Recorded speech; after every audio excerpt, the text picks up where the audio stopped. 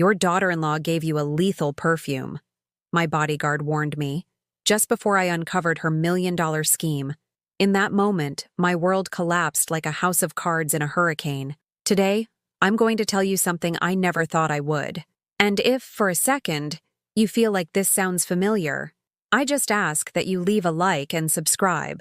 It will help me to keep unburdening myself. My name is Carol Miller. I'm 68 years old. And for my entire life, I've been what you'd call a good, respectable woman. Widowed for 15 years, I dedicated every single day of my existence to my only son, Alex, and to building a nest egg he could inherit without a worry in the world.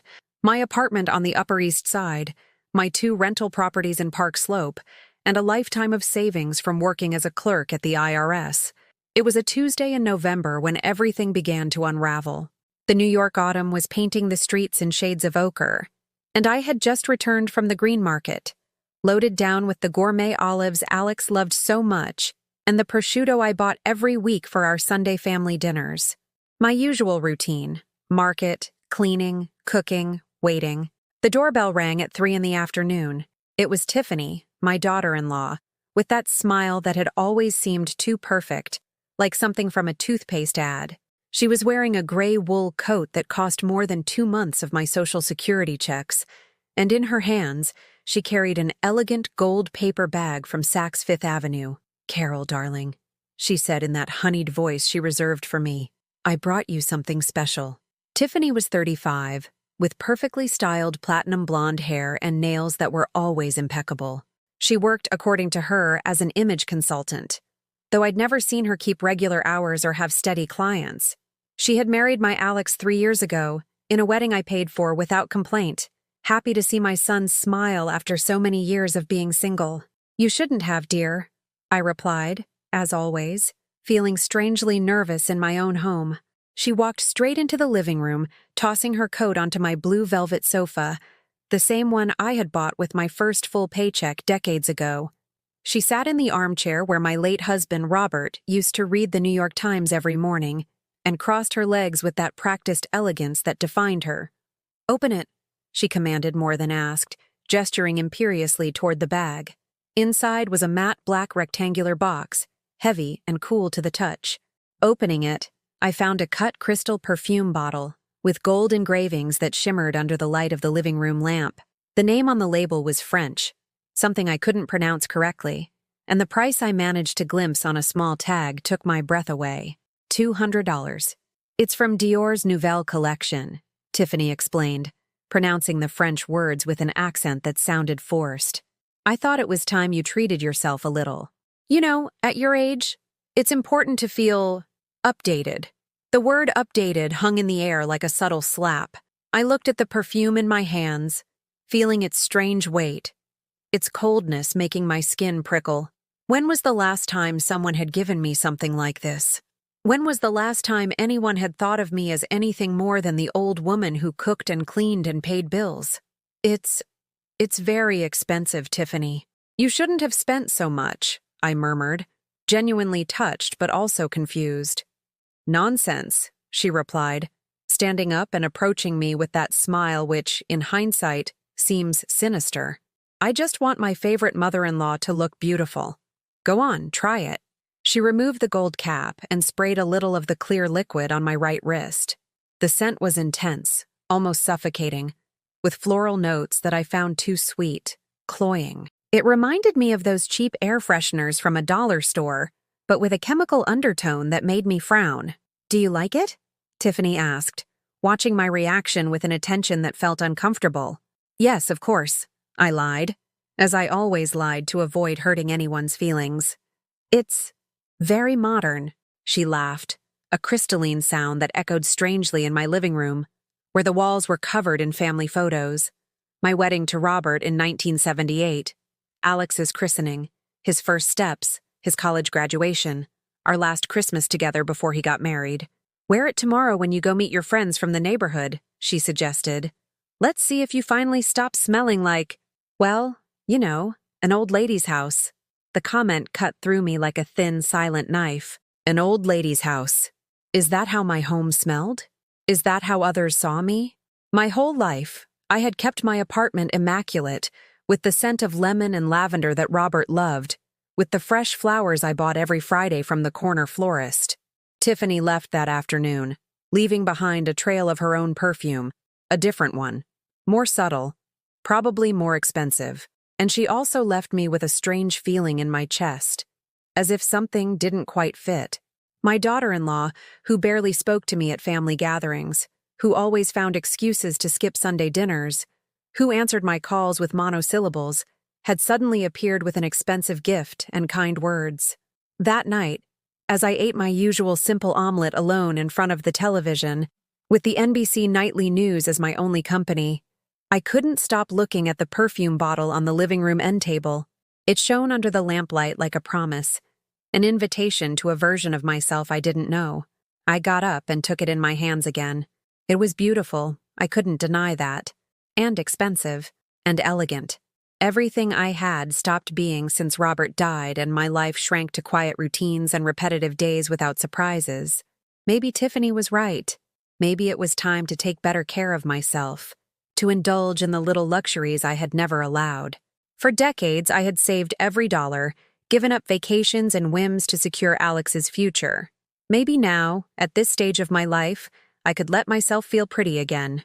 The next day, Wednesday, I woke with an odd sense of anticipation. For the first time in months, I took my time getting ready. I put on the navy blue dress I'd bought for the last wedding I attended, gathered my gray hair into a low bun, and before leaving to buy my morning bagel, I sprayed the perfume on my wrists and behind my ears, just as I'd seen elegant women do in the movies. The scent enveloped me immediately, more intense than I remembered. As I walked down the stairs of my building, a strange sensation began to take hold, a subtle dizziness, as if the floor were shifting slightly beneath my feet. I thought it was just the excitement of feeling dressed up after so long, or maybe my blood pressure, which had been acting up lately. At the corner bakery, where I'd bought my bread for 15 years, Mr. Henderson, the baker, looked at me strangely. "Are you all right, Mrs. Miller? You look very pale." "I'm perfectly fine," I replied, though the truth was I felt lightheaded and had a strange feeling that something was wrong. The walk home felt endless. My legs were trembling slightly and a wave of nausea washed over me that I couldn't explain. When I finally got back to my apartment, I sat on the sofa and stayed there, motionless, trying to understand what was happening to me. That was the first time Tiffany's perfume made me sick. It wouldn't be the last. The following days became a strange routine. Every morning, I would look at the perfume bottle on my dresser and feel a mix of gratitude and apprehension. Tiffany had called me twice to ask if I was using it, with an insistence that was new for her. "Carol, I hope you're pampering yourself with your gift," she'd say in a sweet, rehearsed voice. And I, as always, obeyed. I wore the perfume every time I went out, even as my body reacted in ways I couldn't understand. The dizzy spells intensified. I had episodes of confusion where I'd forget why I'd left the house, and a strange fatigue made me feel 80 years old instead of 68. But more than the physical symptoms, what truly disturbed me was my family's attitude. Alex, who used to call me every other day to check in, now went weeks without contacting me. When he finally did, our conversations were brief, distant, as if he were fulfilling an obligation. "Mom, how are you?" "Good, glad to hear it." "Hey, I gotta go. Tiffany's waiting for me," was the typical pattern. One afternoon in December, while organizing the photo albums I kept in the bedroom closet, I paused at an image that broke my heart. It was from Alex's confirmation when he was 13. I was standing beside him, radiant, in a beige dress that had cost me 2 months of savings. I remembered that day perfectly. I had worked double shifts for 3 months to pay for his suit, the reception, the gifts for the guests. Robert had just passed away, and I was alone with all the responsibilities. The hall we rented for the party cost $1,500, a fortune for me back then. I sold my mother's jewelry to cover the rest, because I wanted my son to have a proper celebration, so he wouldn't feel like less than his classmates. I kept turning the pages of the album, and each photo hit me with memories of sacrifices I had forgotten, or perhaps chosen not to remember. His high school graduation. I worked nights cleaning offices to pay for his math tutor. His senior trip to Europe. I sold my only gold bracelet, an anniversary gift from Robert, so he could go with his friends. College was the hardest time. Alex wanted to study business at NYU, an incredibly expensive private university. "Mom, it's the best. I'll make important connections there," he had told me with those bright eyes he got when he wanted something. Tuition was $40,000 a year, plus books, plus transportation, plus the money he needed to go out with his friends. For 5 years, I worked 3 different jobs. My main job at the IRS, cleaning an office building on weekends, and caring for an elderly neighbor in the afternoons. I slept 4 hours a night, lived on coffee and sandwiches, and every dollar I earned went straight to Alex's education. I remembered a conversation we had during his sophomore year. He had come home complaining that his friends had cars and he had to take the subway. "Mom, can't you get a small loan from the bank to buy me a car? Just something so I don't look ridiculous." And I, already drowning financially, having taken out a second mortgage on my apartment to pay his tuition, told him I would try. I worked as a waitress during Christmas break, serving tables while entire families celebrated, and I thought of my son studying in his room. I bought him a used Honda Civic for $7,000. I remember it perfectly because it was the happiest I had seen Alex in years. He hugged me, thanked me, told me I was the best mother in the world. That feeling of seeing my son happy was worth every sacrifice. But now, sitting in my bedroom with the album in my hands, I wondered if he remembered any of it. If he remembered the nights I stayed up hemming clothes for extra cash, the times I ate nothing but pasta for weeks so he could afford lunch on campus, the medication I stopped buying for myself so he'd have money for his social life. I closed the album and went to the kitchen. On the table was the electric bill that had just arrived, $147. An amount that once would have worried me, but that now, with my pension and the rental income, I could pay without issue. I sat down and picked up the phone to call Alex. I needed to hear his voice, to feel that we were still a family. "Hello?" His voice sounded annoyed, as if I'd interrupted something important. "Hi, honey. It's Mom. How are you?" "Oh, hey, Mom. I'm fine, but I'm busy. Is something wrong?" "No, nothing's wrong. I just wanted to talk for a bit. It's been a while since we've really chatted." Silence on the other end. I could hear background noise, music, laughter. He was probably at home with Tiffany and their friends. "Mom, I can't right now. We have guests and Tiffany needs me. Can I call you tomorrow?" "Of course, son. No problem." But I knew he wouldn't call tomorrow, just like he hadn't called last week when I'd said the same thing. Or the week before. I hung up and sat there, in the silent kitchen, feeling an emptiness in my chest that grew larger every day. The house was too quiet, too empty. The walls seemed to close in on me, filled with memories of a time when this kitchen was the heart of a family, where Alex did his homework at this very table while I cooked dinner and asked about his day. The next day was Friday, the day I traditionally went to the market to buy something special for the weekend. Before, when Alex came for Sunday dinner, I'd buy his favorite dishes: roast chicken, homemade lasagna, my special cheesecake for dessert. He didn't come on Sundays anymore. "Tiffany's a great cook, Mom, and besides, we have plans," he had said the last time I invited him.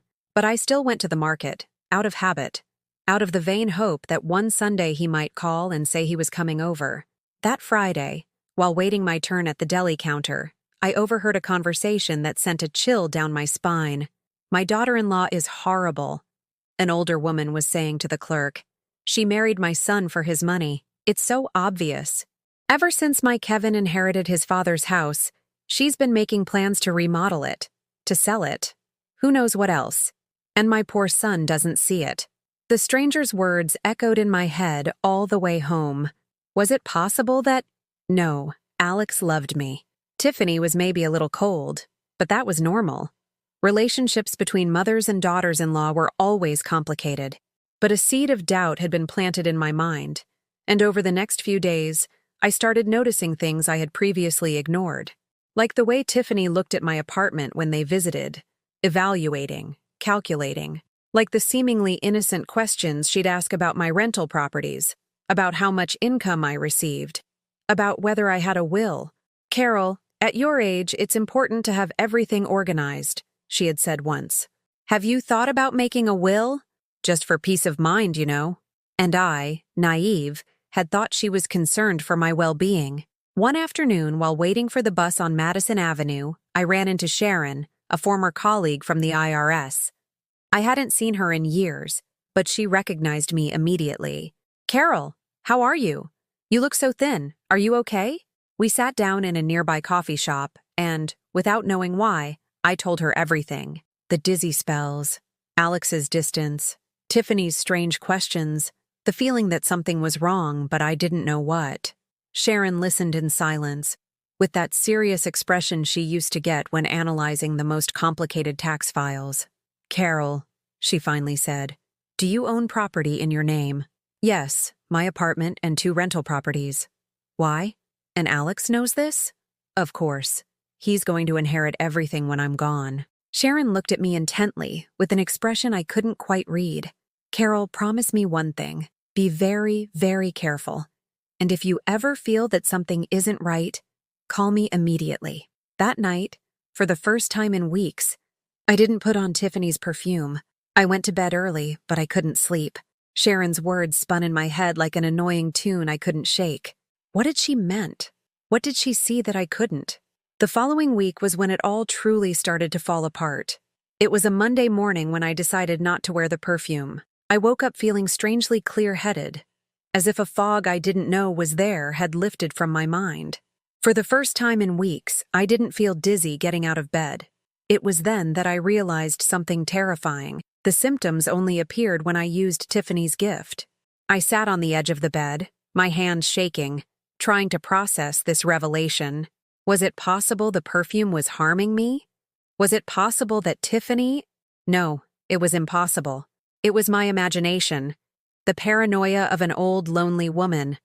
But the seed of doubt had grown into a tree of suspicion that was suffocating me. That morning, instead of following my usual routine, I decided to do something I hadn't done in years: walk aimlessly through the city. I wandered the streets of my neighborhood as if seeing them for the first time, watching people, listening to conversations, feeling the life pulsing around me. It was at the bank, while waiting in line to check my accounts, that I heard my name mentioned in a conversation that froze my blood. "Yeah, Alex Miller's mother," said a familiar male voice. "The old woman is in bad shape," he told me. "Senile dementia, I think. A shame. She's still relatively young." I turned discreetly and saw Robert Stevens, the real estate agent who had sold one of my properties 3 years ago. He was talking to another man I didn't recognize, but they both wore expensive suits and carried leather briefcases. "Senile dementia?" the stranger asked. "And what's going to happen with her properties?" "Alex is handling everything," Robert replied. "He called me last week asking about appraisals. Says he needs to sell to afford his mother's care in a private facility. The properties are in prime locations. We could probably get over $1 million for the whole lot." The floor shifted beneath my feet. Alex had been talking to real estate agents. He had said I had senile dementia. He had mentioned a care facility. Without thinking, I walked over to them. "Excuse me," I said, my voice firmer than I expected. "I'm Carol Miller. I believe you were talking about me." Robert visibly paled. The other man looked at me with a mixture of confusion and embarrassment. "Mrs. Miller, I didn't know." "Senile dementia?" I asked, looking him straight in the eye. "Is that what my son told you?" "It was a misunderstanding," Robert stammered. "Your son mentioned you were having some health issues and needed—" "My son lied," I interrupted. "I do not have senile dementia. I am not going to any facility, and my properties are not for sale." I turned and walked out of the bank, my legs trembling, but with a mental clarity I hadn't felt in weeks. Alex was planning to sell my properties behind my back. He had invented a mental illness to justify his actions. I walked aimlessly for hours, processing what I had just discovered. The streets of New York blurred around me as my mind worked furiously, connecting the pieces of a puzzle that was finally starting to make sense. The perfume that made me sick, the questions about my will, Alex's growing distance, the symptoms that could be interpreted as dementia by someone who didn't know the real cause. When I got home, my hands were shaking so much I could barely unlock the door. I went straight to the bathroom and picked up the perfume bottle. I examined it under the light, searching for something, anything, that would give me a clue about what it really contained. The liquid was clear, odorless when not sprayed. It looked normal, but something inside me screamed that it wasn't. That afternoon, I called Sharon. "Sharon, I need to ask you a huge favor," I said without preamble. "Carol, what is it? You sound very upset. Do you know anyone who can analyze a perfume? Someone who can tell me exactly what's in it?" Silence on the other end. "Carol, are you thinking what I think you're thinking?" "I don't know what to think. I just know I need answers." Sharon had a cousin who worked in a pharmaceutical lab. "I can't promise anything," she said, "but I can ask if he can do something off the books." 2 days later, I met with James, Sharon's cousin, at a coffee shop near his lab. He was a middle-aged man with thick glasses and a serious air that immediately inspired my trust. "Sharon told me about your situation," he said after I handed him a small sample of the perfume in a glass vial. "I can't do an official analysis, but I can run some basic tests to detect substances that shouldn't be in there. How long will you need?" "Give me 2 days." Those were the longest 2 days of my life. I couldn't eat, could barely sleep. Every time the phone rang, I hoped it would be Alex, telling me it was all a terrible misunderstanding, that he loved me, that he would never do anything to hurt me. But Alex didn't call. On Friday afternoon, James phoned me. "Carol, we need to meet immediately." His voice was grave, concerned. We met at the same coffee shop, but this time he seemed nervous, agitated. "What did you find?" I asked before he could say a word. James took a deep breath and pulled a paper from his briefcase. "Carol, this perfume contains benzodiazepines in very small but consistent doses. It's a sedative that, administered regularly, can cause mental confusion, short-term memory loss, dizziness, and extreme fatigue." The world stopped around me. James's words reached my ears as if from a great distance. I also found traces of scopolamine, popularly known as devil's breath. In small doses, it causes disorientation and extreme suggestibility. "What does that mean?" I asked, though my heart already knew the answer. "It means someone is systematically trying to drug you. The symptoms you described, confusion, memory loss, dizziness, are exactly what would be expected from this combination. Over time, it could create the appearance of senile dementia in a perfectly healthy person." Tears began to stream down my cheeks uncontrollably. My daughter-in-law was poisoning me. My son knew about it. They had planned all this to have me declared mentally incompetent and take my properties. "There's more," James continued softly. "I consulted with a colleague in forensics. He says this type of slow poisoning is very difficult to detect unless you know exactly what you're looking for. The symptoms can easily be attributed to natural aging." "What should I do?" I asked through my sobs. "First, stop using that perfume immediately. Second, consider going to the police. This is attempted murder." That night, alone in my apartment, I sat on the sofa where I had spent so many happy evenings watching TV with Alex when he was little. The same sofa where I had cried when Robert died, where I had celebrated my son's good grades, where I had dreamed of grandchildren running through these rooms. Now, it all felt like a life that had belonged to someone else. I picked up the perfume bottle and looked at it one last time.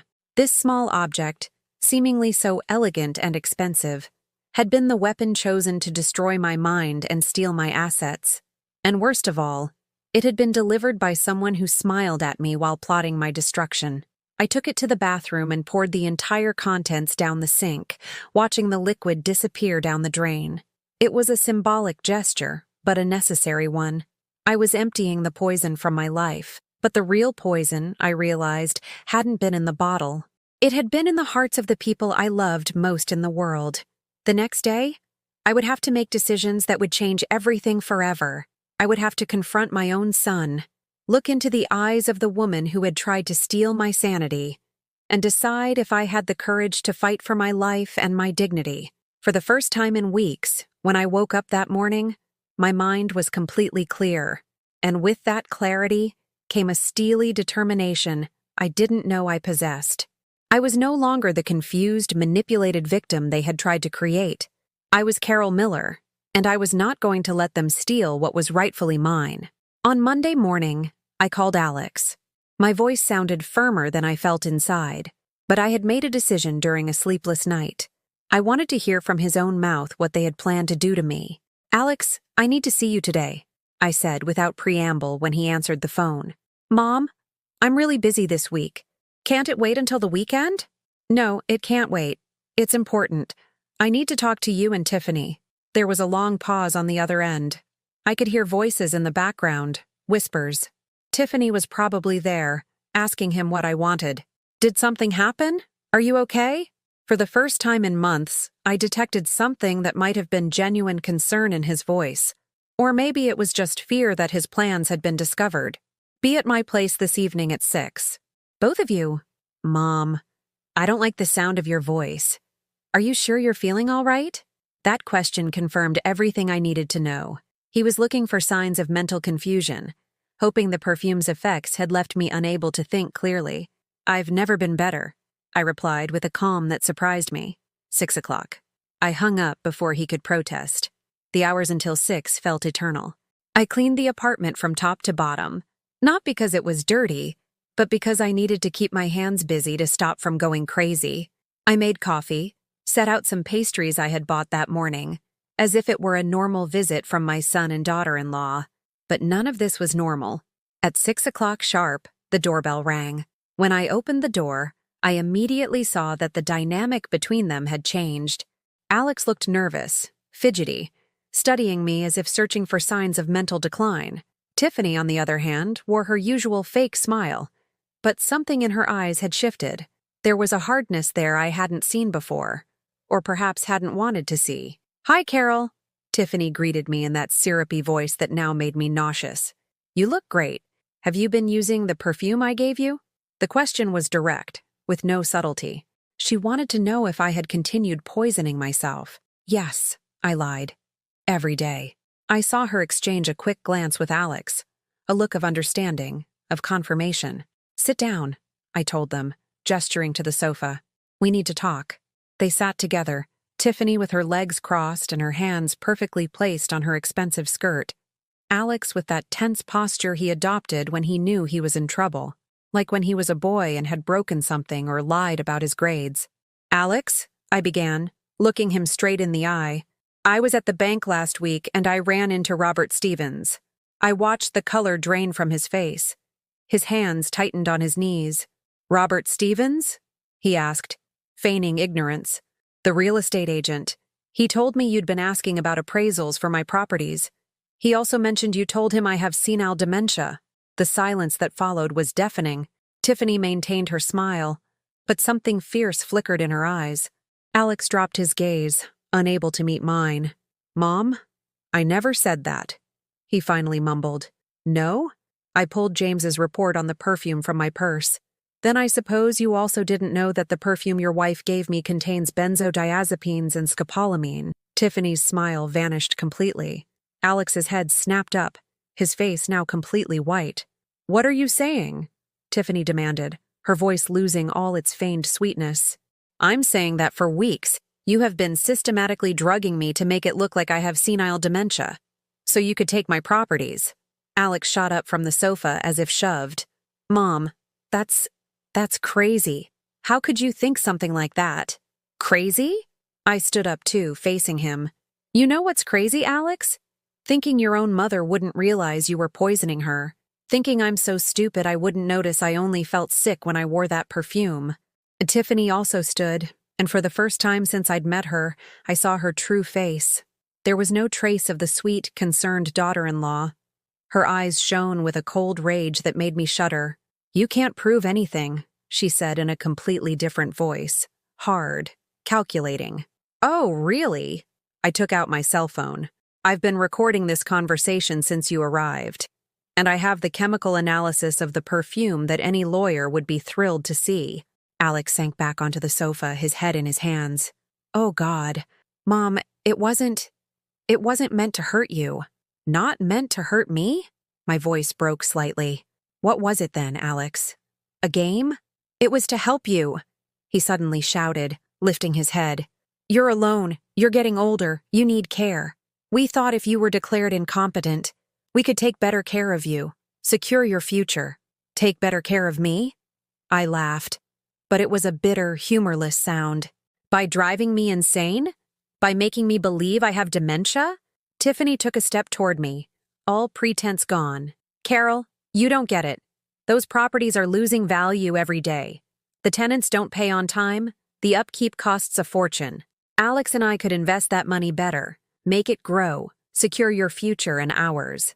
My future? I looked her straight in the eye. Which nursing home were you going to put me in, Tiffany? One of those places where they leave old people to be forgotten and die. The best one, Alex intervened, as if that justified everything. We were going to find the best private facility in the state. You wouldn't have wanted for anything, except my freedom, except my dignity, except my home. I approached him, my own son, who had planned to destroy my life. Alex, I worked 3 jobs to put you through college. I sold my mother's jewelry for your confirmation. I mortgaged this house to buy you a car, and this is how you repay me? He started to cry. Real tears, for the first time in the entire conversation. Mom, I'm so sorry. We didn't want you to suffer. We thought it would be for the best. Best for everyone, or best for you? Tiffany, who had been listening silently, interjected with venom in her voice. Face it, Carol. Alex is your only heir. You have no one else. It's just money and property sitting there. We're young. We have our whole lives ahead of us. Isn't it fair that we get a chance to enjoy that wealth now, while we can still use it? Her words hit me like physical blows. My entire life had revolved around my family, and now I was discovering that to them, I was nothing more than an obstacle between them and my money. Fair? I repeated the word as if it were poison. You know what's fair, Tiffany? It would be fair for you to work for your own money instead of trying to steal mine. She moved closer, her fists clenched. Steal? Alex is your only son. That money is his by right. When I'm dead, I shouted, finally losing my composure. When I die of natural causes, not when you two decide to slowly kill me. Alex stood again, trembling. Mom, please, we can fix this. It doesn't have to get legal. We can forget all this and... Forget? I looked at him with a mixture of pain and contempt I never thought I'd feel for my own son. Alex, for weeks you've made me believe I was going crazy. I've been terrified, thinking I was losing my mind, feeling like a useless burden. How do you forget that? Tiffany headed for the door. Let's go, Alex. Your mother's hysterical. We can't reason with her. But Alex didn't move. He just stood there, staring at me with red, tear-filled eyes, like the little boy he once was. Mom, please, I'm your son. No, I said with a calm that surprised me. My son died the day he decided to poison his own mother. You're just a stranger who looks like him. Tiffany came back from the door, furious. You know what, Carol? You're lucky we were subtle. There were much faster ways to solve this problem. The threat hung in the air like a suspended knife. Alex looked at her horrified. Tiffany, shut up, please. But she had already shown her true colors. You two, I said, pointing to the door, have exactly 30 seconds to get out of my house before I call the police. I started counting aloud. 1, 2, 3. Tiffany grabbed Alex by the arm. Let's go. This isn't over, Carol. Yes, I replied, walking them to the door. It is. When I closed the door behind them, I leaned against it for several minutes, shaking. It was over. My 68-year-long marriage to the idea of family I'd always had was officially over. But for the first time in months, I didn't feel confused. I didn't feel weak. I felt free. That night, I slept soundly for the first time in months. It wasn't the sleeping pills I'd been taking lately, nor the exhaustion from the confrontation. It was something deeper. The peace that comes from speaking the truth out loud, from standing firm against those who try to destroy you. Waking up on Tuesday morning, I sat on the edge of the bed and looked around my bedroom as if seeing it for the first time. The curtains let in the golden light of the New York dawn, illuminating the family photos that had been my most precious treasure for so many years. Now I saw them differently. The photo from Alex and Tiffany's wedding, where I was smiling beside them, looked like the picture of a naive woman who had no idea she was posing with her future executioners. I took it from the frame and, without a second's hesitation, tore it in half. I didn't feel pain. I felt liberation. I got up and walked to the kitchen. For the first time in weeks, I was truly hungry. Not the nauseous feeling that had accompanied me while the poison circulated through my system, but genuine ravenous hunger, as if my body had finally awakened from a long chemical slumber. I made a full breakfast: toast with avocado and olive oil, coffee with milk, fresh squeezed orange juice. I ate slowly, savoring every bite, enjoying the simple experience of nourishing my body without fear of the consequences. As I ate, the phone rang. Alex's name flashed on the screen. I let it ring until it went to voicemail. 5 minutes later, it rang again, and again, and again. On the 5th try, I decided to answer. "What do you want, Alex?" "Mom, please, we have to talk. Yesterday got out of hand. We can fix this." "There's nothing to fix. We already talked yesterday." "Mom, listen to me."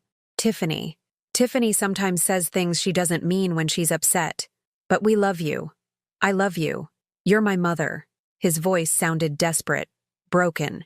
A part of me, the part that had been a mother for 42 years, wanted to comfort him, to hug him, to tell him everything would be okay. But that part had died yesterday afternoon when I discovered the depths of his betrayal. "Alex, do you know what it means to love someone? It means respecting them, protecting them, wanting what's best for them. You two have been poisoning me for weeks. Is that what you call love? It was a terrible mistake. Tiffany convinced me it was the best way to—" "Don't blame your wife." I cut him off. "You made the decision. You watched me deteriorate and you didn't stop. You spoke to real estate agents about my properties while I thought I was losing my mind." There was a long silence. "What are you going to do?" he finally asked, and there was real fear in his voice. "What I should have done a long time ago. Protect myself." I hung up and turned off the phone. That morning, I made the first concrete decision of my new life. I went to the law firm of Frank Wallace, a man I had met years ago when I'd purchased my second rental property. He was a serious lawyer, the kind who looks you in the eye when he speaks and doesn't promise miracles he can't deliver. "Carol," he said after listening to my entire story, "what you're describing is extremely serious. We have grounds to file a criminal complaint for attempted poisoning and attempted fraud." He laid out James's report and the recordings from the confrontation. "Are you sure you want to go all the way? He's your son. A criminal case could take years and will be very painful for everyone. Frank, for 68 years, I have put others' happiness before my own. I've sacrificed my dreams, my money, my health for my family. And yesterday, I discovered that all that love was wasted on people who only saw me as an income source." I stood up from the chair and walked to the window overlooking the avenue. Cars flowed in every direction. People hurried to their jobs. Life went on. And for the first time in months, I was part of that normal flow. "I want to go all the way," I said without turning around.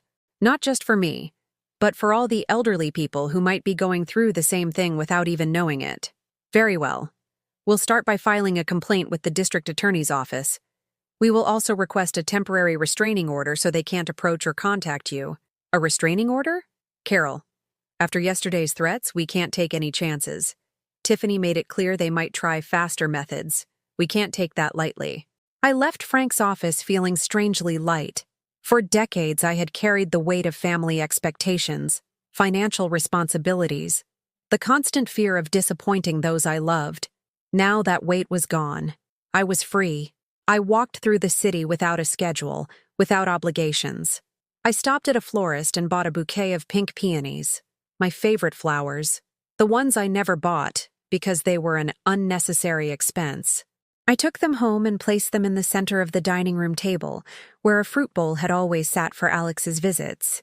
In the afternoon, I did something I hadn't done in years. I went to the movies by myself. I chose a French film with subtitles, the kind Alex always criticized as boring and intellectual. For 2 hours, I immersed myself in a story that had nothing to do with my life, ate popcorn until I was full, and didn't think once about family schedules or domestic duties. When I left the theater, the sun was setting over the city. The sidewalk cafes were filling up with people leaving work, couples meeting for dinner, groups of friends planning their night. I sat at a table in Washington Square Park and ordered a glass of red wine and some olives. It was the first time in years I had dined out alone, without the excuse of waiting for someone or the rush to get home to cook. I was just there, enjoying my own company, watching the nightlife of a city that for decades had been merely the backdrop to my obligations. As I sipped my wine, I thought of all the things I'd stopped doing to prioritize others' needs. The trips I'd canceled to take care of Alex when he was little. The painting classes I'd dropped because they conflicted with family dinner time. The books I'd stopped reading because Sundays were filled with family meals to plan and cook.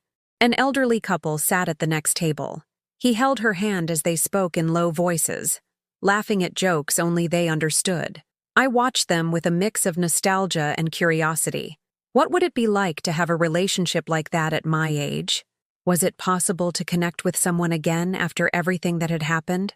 For the first time in decades, the idea didn't seem impossible. When I got home around 10, I found 12 missed calls from Alex and 3 voicemails I didn't bother to listen to. There was also a note someone had slipped under my door. "Carol, please, reconsider. Don't destroy your own family over a misunderstanding. Alex is devastated. We can handle this like a civilized family. Tiffany." I tore the note into tiny pieces and threw it in the trash. That night, before bed, I looked at myself in the bathroom mirror. The woman looking back at me seemed different.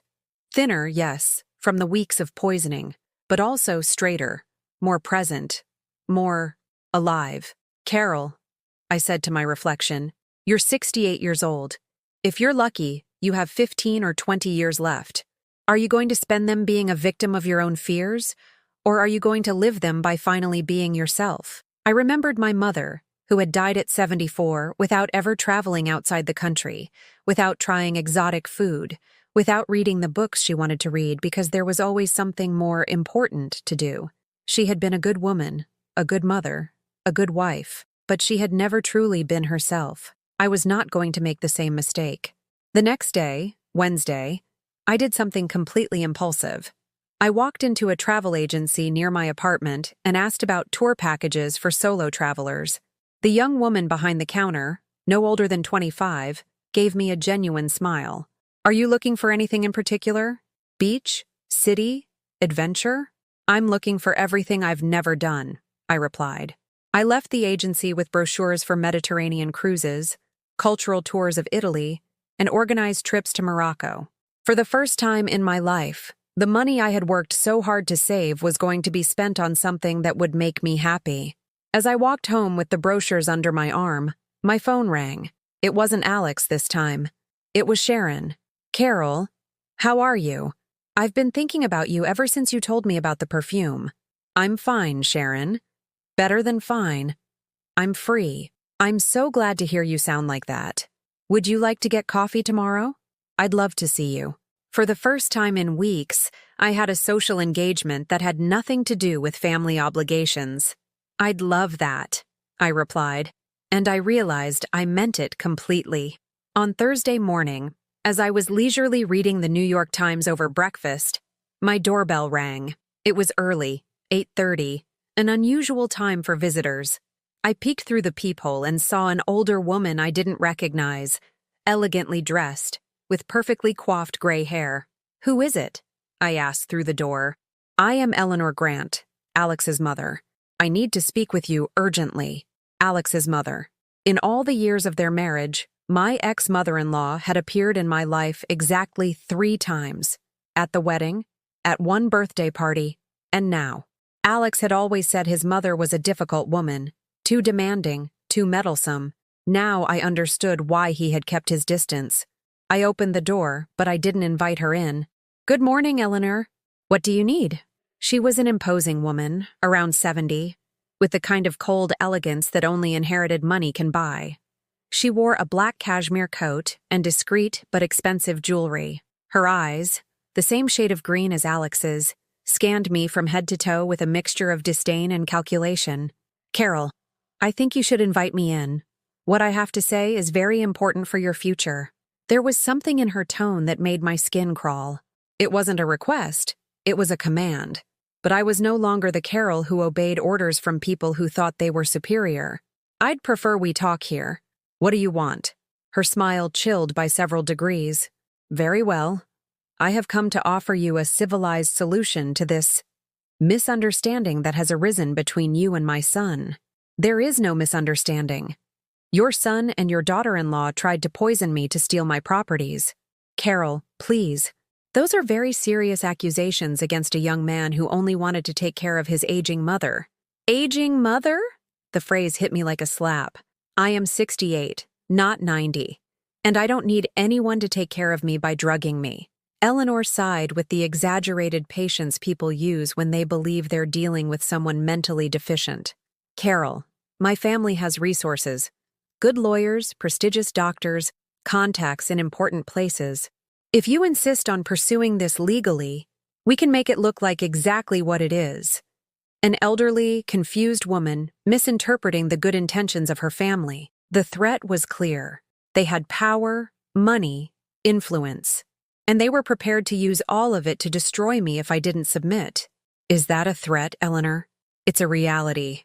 My son has told me you've been acting erratically lately. Episodes of confusion, paranoia, baseless accusations. We can get 3 doctors to certify that you are suffering from advanced senile dementia. I felt rage building in my chest, but I forced my voice to remain calm. Your 3 doctors will have to explain why my so-called dementia miraculously disappeared the moment I stopped using the poisoned perfume your daughter-in-law gave me. For the first time, I saw a flicker of uncertainty in her eyes. Carol, let's be reasonable. My family is prepared to offer you generous compensation if you drop all charges. A substantial monthly allowance, private medical care, a lovely room in the best facility in the state, a gilded cage, I interrupted. A comfortable, worry-free life. Without freedom, without responsibilities you clearly can no longer handle. The insult hung between us like a gauntlet thrown down for a duel. This woman, who had appeared in my life after 3 years of complete indifference, now presumed to decide what was best for me. Eleanor, tell your son my answer is no. I will not drop the charges. I will not accept your dirty money. And I will not allow you to lock me away in any facility. This is your last chance, Carol. My family does not take no for an answer. Then they had better get used to it. I closed the door in her face, but I was left trembling. It wasn't physical fear. It was the realization that I was up against something much bigger than Alex and Tiffany. I was fighting an entire family network, with enough money and power to make their threats a reality. An hour later, my phone rang. It was Frank, my lawyer. Carol, we have a problem. They filed a countersuit against you this morning. They're accusing you of defamation and extortion, and they've filed a motion to compel a psychiatric evaluation. Can they do that? They can try, but we have solid evidence. The perfume analysis, the recordings, James's testimony.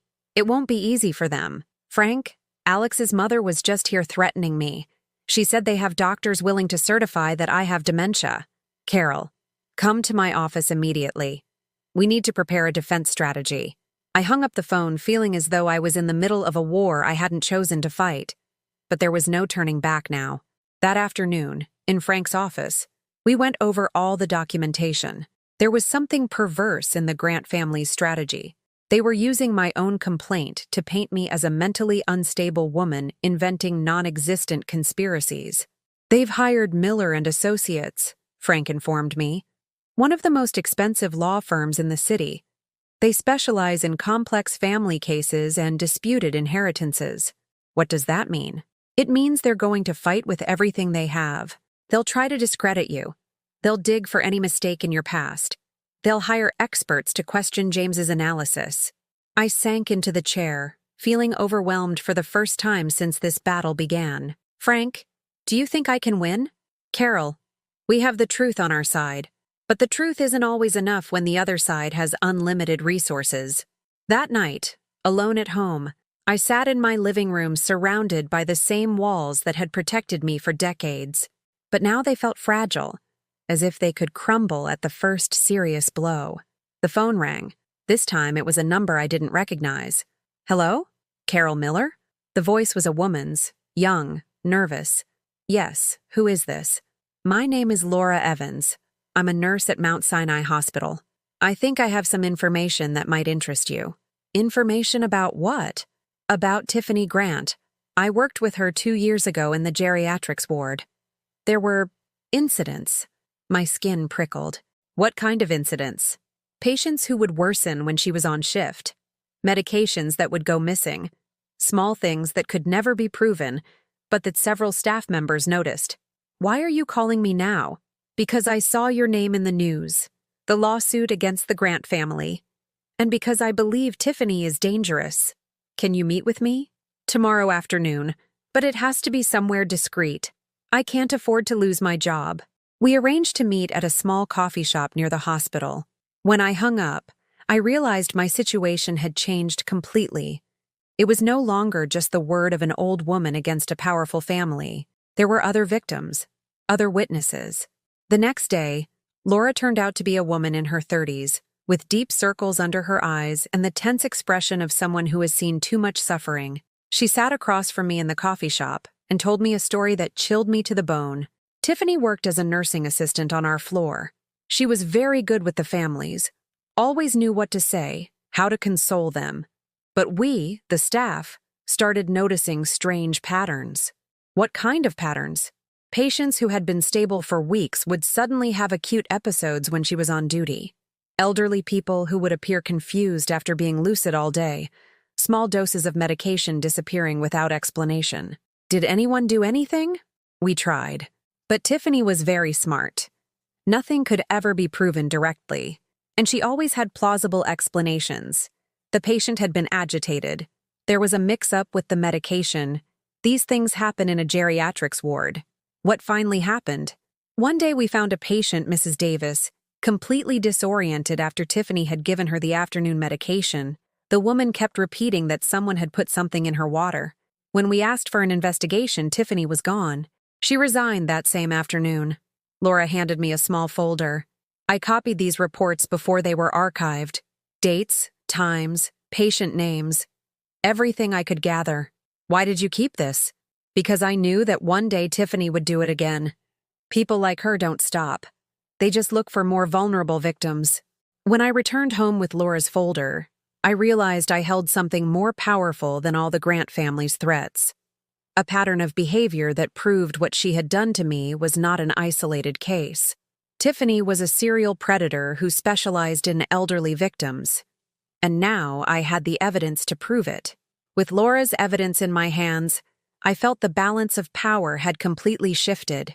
It was no longer the word of a confused old woman against a respectable family. It was the documented testimony of multiple victims against a serial predator. Frank reviewed the documents all Friday morning, and when he looked up, he had a smile I hadn't seen since this case began. Carol, this changes everything. Not only do we have proof of what they did to you, but we can demonstrate a pattern of criminal behavior that goes back years. What does that mean exactly? It means Tiffany isn't just an inconsiderate daughter-in-law who made a mistake. She's a habitual criminal who specializes in attacking vulnerable people. Judges tend to view these cases very differently when there's evidence of serial behavior. That afternoon, I decided to do something I had been putting off since the beginning of this nightmare. I visited my primary care physician, Dr. Matthews, who had been treating me for the last 15 years. "Carol, I've been wanting to see you," he said as I entered his office. "At your last visit, you seemed different, more confused, more frail. I was worried. Dr. Matthews, I have something to tell you that's going to sound unbelievable." I explained the whole situation. The poisoned perfume, the symptoms I had experienced, the chemical analysis, the confrontation with my family. He listened in silence, taking occasional notes, with the serious expression doctors adopt when processing complex medical information. "Carol, do you still have a sample of that perfume? There were a few drops left in the bottle after I poured the rest down the sink. Bring it to me. I want to send it to our lab for an independent analysis. And I want to run some tests on you to see if any traces of those substances are left in your system." The blood and urine tests confirmed what we already knew. There were traces of benzodiazepines in my system, at levels consistent with slow, prolonged poisoning.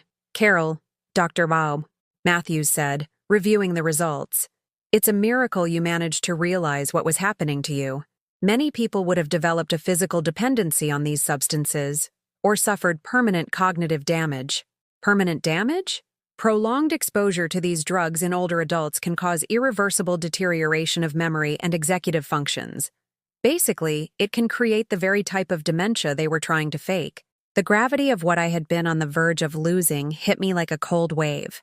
Not just my assets, not just my freedom, but my very mind. The following Monday, Frank filed our expanded countersuit. We were no longer just alleging attempted poisoning. We were requesting a full investigation into all of Tiffany's activities at the hospital, the reopening of cases involving patients who had been under her care, and punitive damages for the psychological trauma caused. "Carol," Frank told me that day, "I think you should start thinking about the future. This case may drag on for months, but we have the upper hand now. It's time for you to start living your life again." He was right. For the past few weeks, I had been so focused on surviving, on protecting myself, on fighting, that I had forgotten something fundamental. I was now free to live as I wished. That afternoon, I did something completely spontaneous. I walked into a chic salon on Madison Avenue that I had always admired from the outside, but had never had the courage to enter. For decades, I had my hair cut at the same neighborhood place, always the same conservative style, always thinking about the money I could save to spend on my family. "What would you like to do today?" the stylist asked, a young woman with a modern haircut and a genuine smile. "I don't know," I answered honestly. "I want something different, something that makes me feel new." 3 hours later, I walked out of that salon with a shorter, more modern cut, subtle highlights that brightened my gray hair, and a sense of lightness I hadn't experienced in decades. I looked like a different woman. I felt like a different woman. As I walked down Fifth Avenue, my reflection in the shop windows showed me someone I didn't fully recognize, but whom I liked. Someone who looked like she had interesting secrets, her own projects, a life beyond the kitchen and family obligations. That evening, Sharon came over for dinner. When I opened the door, she was completely silent for several seconds. "Carol, you look radiant. You look 10 years younger." We had a simple dinner, but for the first time in months, cooking felt like a pleasure instead of an obligation. As we ate, I told her everything that had happened since our last conversation. Eleanor's threats, Laura's evidence, the medical tests. "Carol, I am so proud of you," Sharon said, taking my hand. "When you told me about the perfume, I was afraid you'd let them intimidate you. But you've shown a strength that many people half your age don't have." "I don't feel strong, Sharon. Most days I feel terrified. Do you know the difference between bravery and recklessness? Bravery is being afraid and acting anyway. And that's exactly what you've been doing." After Sharon left, I was alone in my living room, but for the first time in months, the solitude didn't feel like abandonment. It felt like freedom. The next day, I made another decision that would have been unthinkable a few weeks ago. I went to the travel agency and booked a Mediterranean cruise for the following month. 10 days visiting ports in Italy, Greece, and Turkey. Alone. "Are you sure you want a single cabin?" the travel agent asked. "We have special offers for companions." "Completely sure," I replied. "I'm going to be my own companion." That afternoon, as I was walking through Central Park feeding the ducks at the pond, an activity I had done thousands of times with Alex when he was little, I realized the memories no longer hurt in the same way. I could remember those happy moments without the bitterness of betrayal, as if they belonged to a previous life that had been good while it lasted. A little boy ran up to the pond with his grandfather, an older man who reminded me of Robert. The boy threw pieces of bread to the ducks with the absolute concentration only children have when they are completely fascinated. "Can I give the ducks bread?" the boy asked me with the natural confidence of a child. "Of course," I replied, handing him some pieces of the bread I had brought. His grandfather smiled at me gratefully. "Thank you. Sometimes kids need a stranger's approval to feel safe trying new things." "We all need that sometimes," I replied, and I realized I was talking about myself too. As the boy fed the ducks with infectious joy, I thought about all the grandchildren I would never have, all the Sunday afternoons I had planned that would never come. But instead of sadness, I felt something akin to relief. I no longer had to live for an imaginary future filled with responsibilities to people who didn't value me. I could live for the present, for my own desires, for my own definitions of a life well lived. That evening, the phone rang. It was a number I didn't recognize, but this time I didn't feel anxious answering it. Carol Miller? Yes. This is Helen Wagner from the New York Times. We're working on a feature story about elder abuse within families. Would you be willing to speak with us about your case? The question surprised me. I hadn't considered the possibility of making my story public. Why do you want to do a story on this? Because your case is not isolated, Mrs. Miller. We've identified a growing pattern of financial and physical abuse towards seniors by their own families. Your story could help other people recognize the warning signs. How many people go through this? More than you can imagine, and most never report it out of shame, fear, or emotional dependency on their abusers. That night I lay awake, thinking about the reporter's proposal. Making my story public would mean exposing myself to more humiliation, more pain, more judgment from people who didn't know the whole truth, but it would also mean my suffering could serve a purpose greater than my own liberation. It could help other women like me, other mothers who had given everything only to be betrayed by those they loved most. At dawn, I made my decision. I called Helen Wagner. I'll do the interview, I told her. But I want my full name and photograph published. I don't want to hide. I want other women to know that you can survive this. When I hung up the phone, I felt as if I had crossed a river with no way back. I was no longer just Carol Miller fighting for her life and dignity. I was Carol Miller raising her voice for all the Carol Millers of the world who were suffering in silence. 6 months later, as I sipped a latte on the terrace of a small cafe in Santorini, watching the Aegean Sea sparkle under the Mediterranean sun, I received the call I had been waiting for. "Carol, I have news," Frank said from New York, his voice filled with satisfaction. "The judge has handed down the verdict.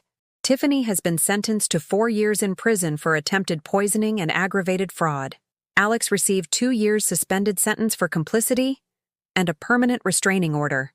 I closed my eyes and felt a tension I had been carrying on my shoulders for months finally release. It wasn't revenge I felt. It was justice. And something more important, confirmation that my courage to fight had served a purpose greater than my own survival. "And the hospital investigation?" I asked. "That's the most important part, Carol. They found evidence that Tiffany had been stealing medication and drugging patients for almost 3 years. 5 other families have now filed lawsuits. Your case was what opened the door for all those silent victims to finally have a voice."